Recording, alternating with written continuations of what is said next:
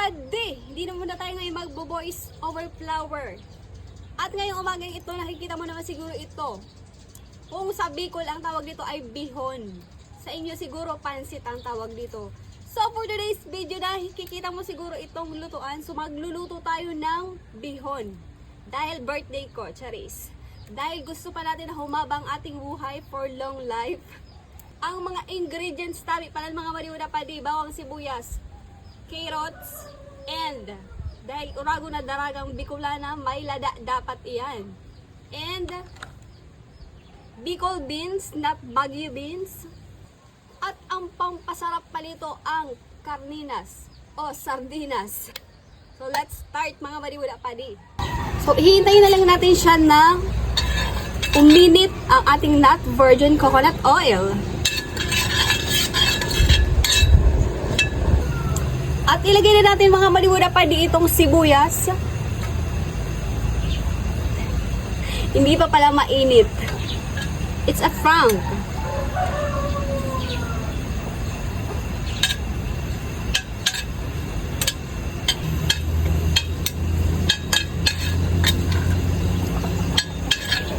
At isunod na natin ang bawang na pangontra sa aswang. Naniniwala ba kayo doon na pangontra talaga sa aswang ang bawang? Siguro dagdagan na natin siya ng sibuyas at betchin. Makagisa na lamang sa aswang. First time ko nga palang makaluto nitong bihon kasi ang niluluto ko kadalasan is pansit. This is it, pansit. Pero same lang na naman ang proseso nila, di ba? So nagpa-practice na kita na magluto-luto. Maagum na kita sa aga. Yan ang mga madibuda pa di. Next is the carrots.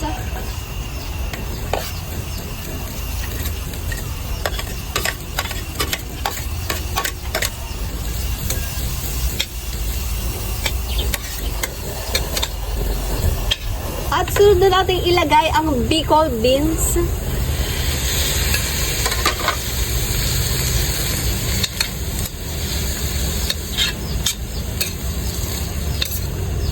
Lagyan na natin siya ng paminta. Na durog ang puso mong paminta. At sunod natin ilagay ang sili. 3 pirasong sili itong mga maliwala pa di. Para lang talagang maghararang ang katuyang stock.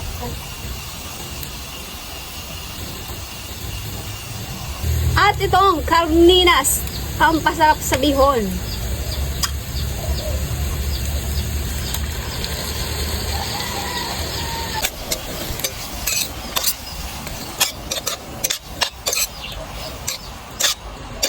Lagyan natin siya ng tubig para mag-swimming na ang bihon. So, lagyan natin siya ng mainit na tubig para madali na siya magkalakaga.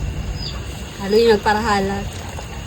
So, lagyan din natin ng konting toyo dahil toyoin tayo. At ang magic na nagbibigay magic pampasarap. Konti lang mga may wala pa dito. Ipisil naman ang dakol-dakol na ano. Dahil wala tayong cabbage, mga malibuda pa di kamoting, hindi na sa ng kamote. Kamote tops or talbos ng kamote. Dahil wala makitang cabbage.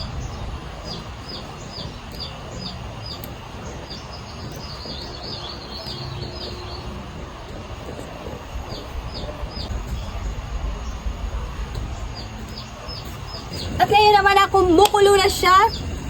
Kumukulo na ang dugo ko sa'yo. Kumukulo na ang dugo niya. So, ilalagay na natin ito.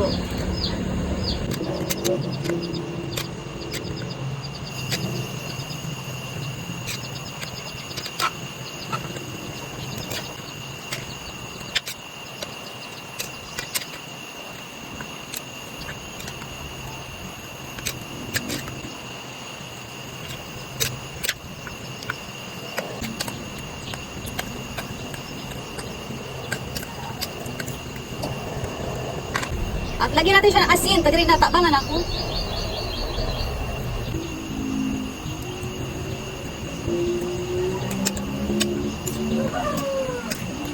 ilalagay na natin itong talbos ng kamote. At tatakpan muna natin siya mga badibudapadi. At yan na nga mga badibudapadi ang ating bihon. Ang malakas ang bihon ni Raisa Vlogs. Adjis ang matado taway ka mga badibudapadi. So, tikiman portion.